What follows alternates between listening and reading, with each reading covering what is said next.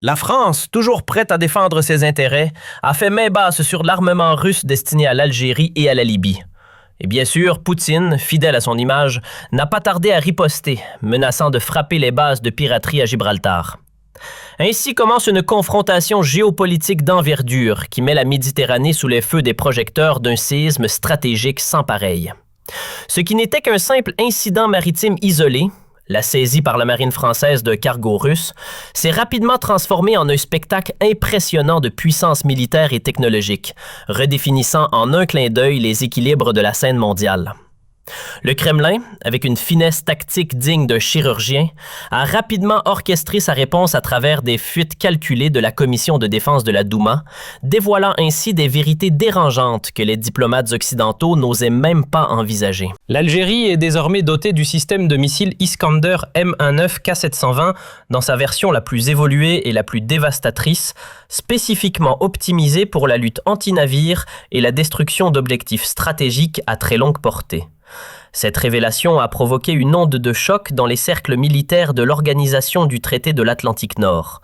Alors que les estimations conventionnelles limitaient la portée de ces vecteurs à des rayons d'action tactique, les rapports de renseignement américains les plus récents, documentés avec une rigueur alarmante, confirment que ces missiles peuvent atteindre des cibles à 2500 km, voire 3000 km dans des conditions opérationnelles spécifiques.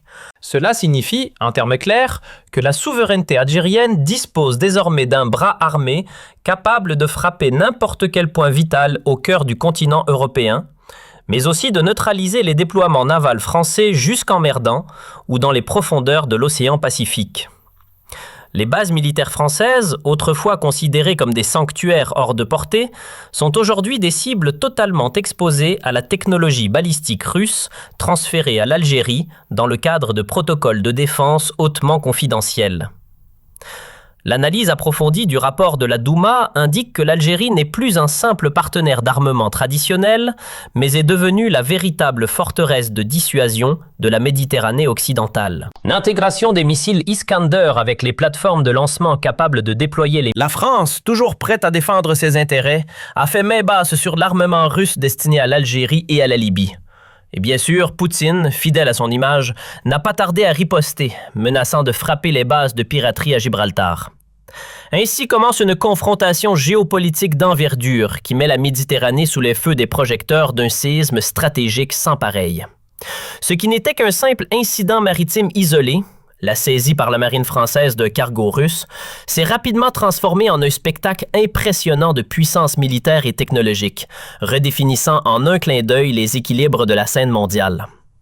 Le Kremlin, avec une finesse tactique digne d'un chirurgien, a rapidement orchestré sa réponse à travers des fuites calculées de la commission de défense de la Douma, dévoilant ainsi des vérités dérangeantes que les diplomates occidentaux n'osaient même pas envisager. L'Algérie est désormais dotée du système de missiles Iskander M19 K720 dans sa version la plus évoluée et la plus dévastatrice, spécifiquement optimisé pour la lutte anti-navire et la destruction d'objectifs stratégiques à très longue portée.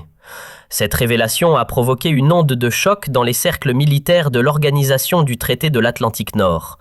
Alors que les estimations conventionnelles limitaient la portée de ces vecteurs à des rayons d'action tactique, les rapports de renseignement américains les plus récents, documentés avec une rigueur alarmante, confirment que ces missiles peuvent atteindre des cibles à 2500 km, voire 3000 km dans des conditions opérationnelles spécifiques. Cela signifie, en termes clairs, que la souveraineté algérienne dispose désormais d'un bras armé capable de frapper n'importe quel point vital au cœur du continent européen, mais aussi de neutraliser les déploiements navals français jusqu'en Merdan ou dans les profondeurs de l'océan Pacifique. Les bases militaires françaises, autrefois considérées comme des sanctuaires hors de portée, sont aujourd'hui des cibles totalement exposées à la technologie balistique russe transférée à l'Algérie dans le cadre de protocoles de défense hautement confidentiels. L'analyse approfondie du rapport de la Douma indique que l'Algérie n'est plus un simple partenaire d'armement traditionnel, mais est devenue la véritable forteresse de dissuasion de la Méditerranée occidentale. L'intégration des missiles Iskander avec les plateformes de lancement capables de déployer les missiles de croisière Novator 9M729 confère à l'Armée nationale populaire, ANP, une capacité de frappe chirurgicale simultanée. Les données techniques révèlent que cette architecture de défense peut saturer n'importe quel système de protection adverse en lançant 24 missiles de manière synchronisée avec une précision millimétrique. Cette montée en puissance explique la fébrilité de Paris, qui a tenté, par la confiscation, de freiner ce flux technologique. Cependant, la réalité logistique est implacable.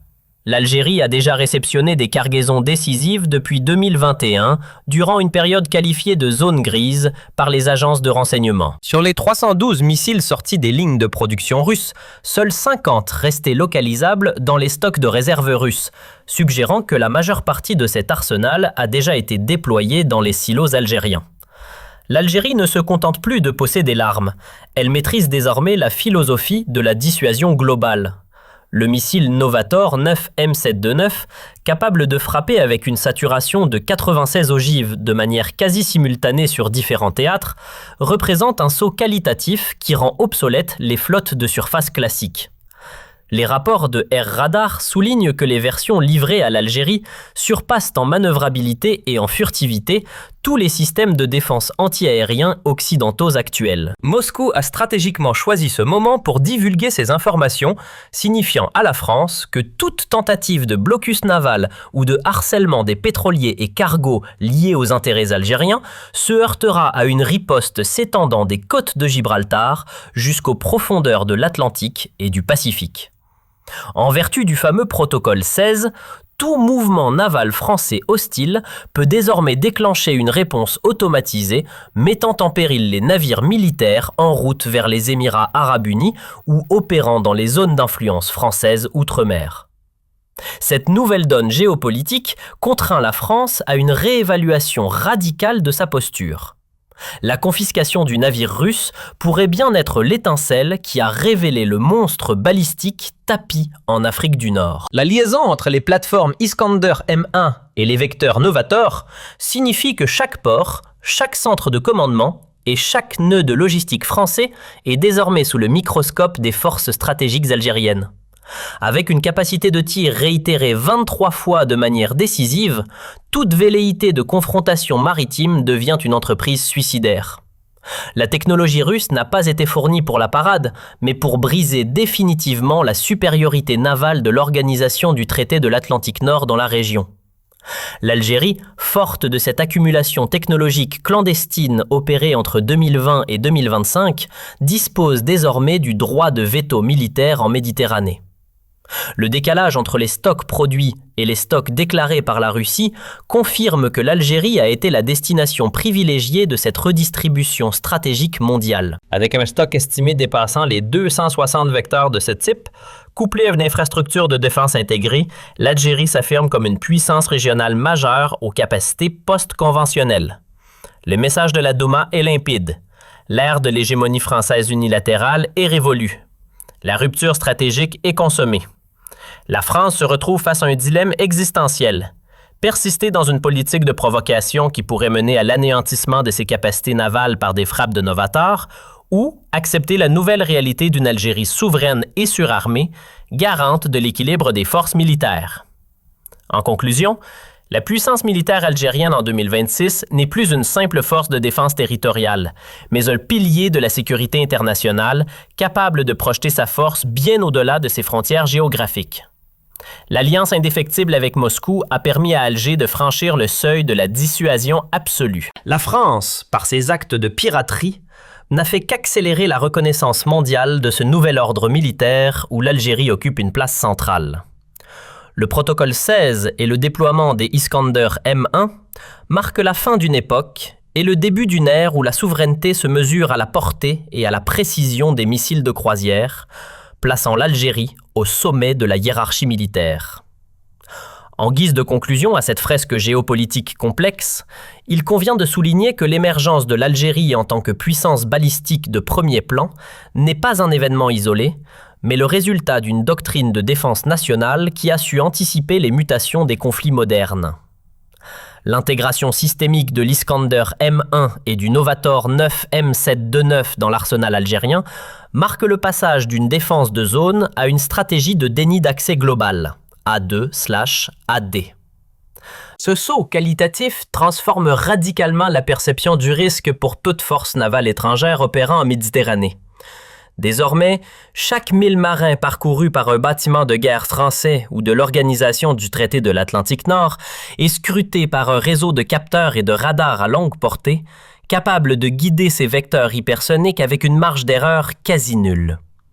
La France, en choisissant la voie de la confrontation maritime et de la saisie de cargaisons, n'a pas seulement provoqué Moscou. Elle a surtout forcé l'Algérie à dévoiler une partie de son bouclier de souveraineté, prouvant ainsi que le temps où le bassin méditerranéen était un lac européen est définitivement révolu.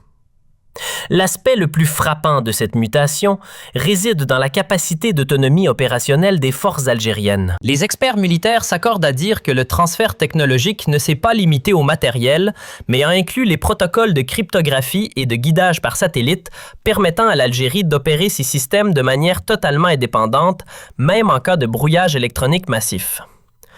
Cette indépendance de feu est précisément ce qui inquiète les planificateurs militaires à Paris.